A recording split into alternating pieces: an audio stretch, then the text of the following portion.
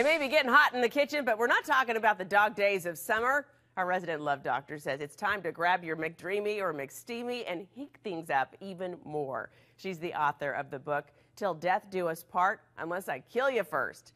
Jamie Turndorf, also known as the Love Doctor, back on the show today. So glad to have you here. And you have the perfect recipe, I hear, for a summer romance. And you think that the kitchen's the best place to get your sexy on. And there's a secret spice. That's a mouthful. Go for it. Well, Natasha, did you know that an apron is as good as a negligee for turning a man on? I'm not going to answer that, but tell us about it.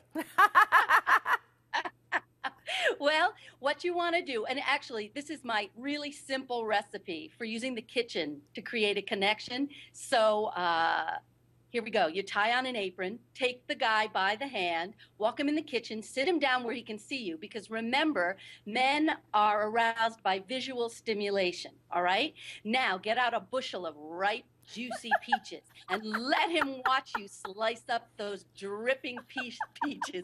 His mouth is going to be watering, all right? Now, you don't even have to slip into something more comfortable.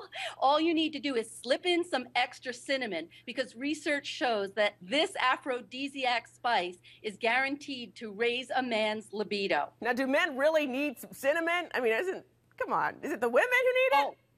Oh, come on. Everybody can use a little cinnamon. You can't believe how tired men are. They're having trouble rising to the occasion. They are. Oh, just they are. Hey, what are some of the other ways that ladies can spice it up? Well, here's another good idea. So you bake a cake, make some icing, let him lick the spoon right out of your hand. And this is going to create subliminal memories of the day that you were married and he licked the cake off your nose. Great, great but what if I'm hungry and I want to eat the icing off of the spoon?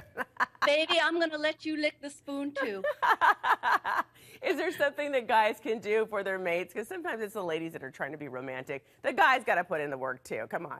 Okay, so guys, if you can stand the heat, get your buns in the kitchen and cook for her too, all right? In an apron. You don't have to cook hot cross buns. No, you could just open up a package of Hamburger Helper and you won't be wondering where the beef is for very long. And for dessert, vacuum. No, you know what? This is the next thing. If you don't want your sex life to sink, get yourself in front of the sink, guys, and clean up those dirty pots and pans. That is some Boy, is that great an advice. aphrodisiac for a woman. And then, after your food is done, sit down at the table with her and talk to her, because here's the deal. If you ask women, the largest erogenous zone on a man's body is between his ears.